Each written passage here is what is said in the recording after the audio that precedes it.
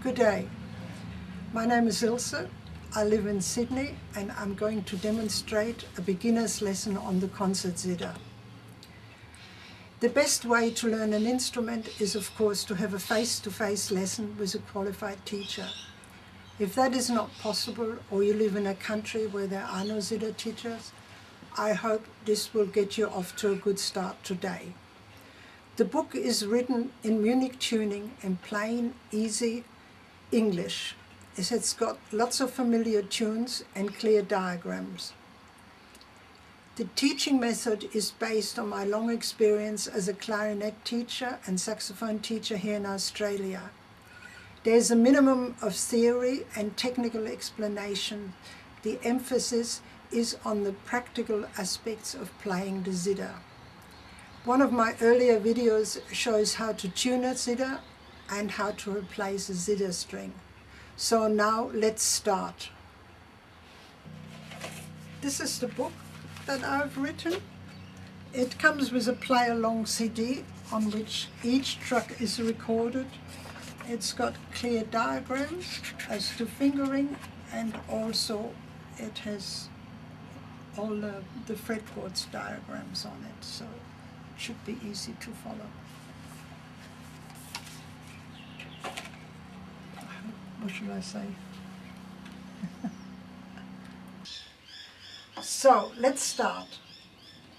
The zither is put on the table with the right edge of the zither roughly pointing to your belly button and the left side slanting away a bit.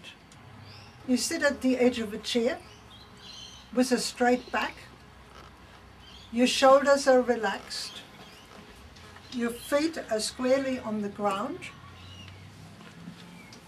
The knees are about a shoulder width apart, and your arms are loosely by your side, and they should be sloping slightly downwards so you have more strength to play the zither.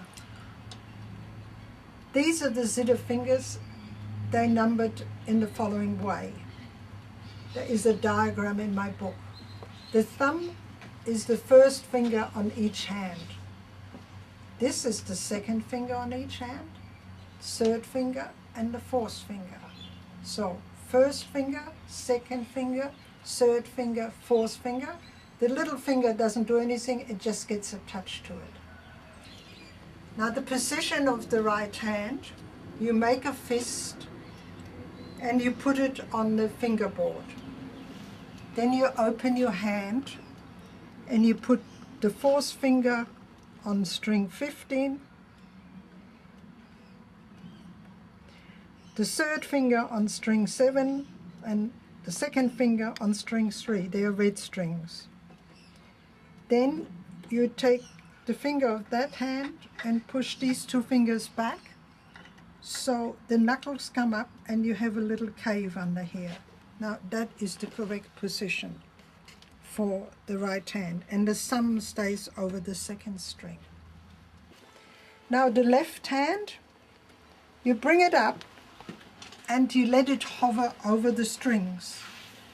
I'm going for the G string. The fourth finger goes on fret number 2, the third finger goes on fret number 4, the second finger goes on fret number 5, and the thumb goes on fret number 7. The thumb and the fourth finger are kept straight, the other two fingers are bent through. So that is my position. Now we're creating the first sound on the zither. The fretboard strings are played with a ring. You have to make sure that the ring fits securely. This is my favorite ring. This is another ring that also works well. They come in different sizes. Or if you haven't got a zither ring, you can even buy a guitar ring, and it also works. The strings of the fretboard are pushed away from you. So if you do one, You put the ring on the string, push down and let it rest on the next string.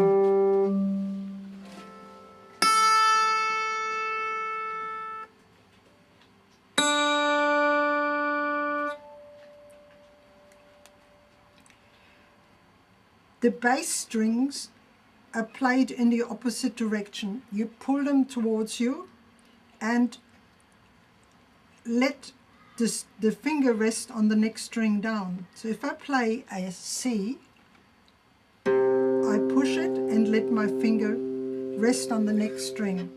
In the beginning, if you go back to the string or don't do it cleanly, it snarls. So in the beginning you could pull the other string away and let the finger rest there, and then you get a clean sound. Now I'm teaching you a few notes. I start on the lowest string, which is low C. I start on the low string so you don't get into temptation to put your thumb under there, because you need the power of the arm falling down. Music comes in different time things. If I have a note that lasts 4 beats, I go 1, 2, 3, 4. 1, 2, 3, 4. 1, 2, 3, 4. 1, 2, 3, 4. Then I can play shorter notes of 2 beats. 1, 2, 1, 2, 1, 2. Or I can play 1, 1, 1, 1, 1. There are lots of exercises for each of the notes, and as the string gets shorter, it gets higher. So the next note we learn is E. This is D. C. If I put my finger on this fret, I get D. So I do some exercises on D. 1, 2, 3, 4. 1, 2, 3, 4. The next note is E, which is played with the third finger. 1, 2, 3, 4. 1, 2, 3, 4. And so I go up. Now with 3 notes you can play your first song. Mary had a little lamb.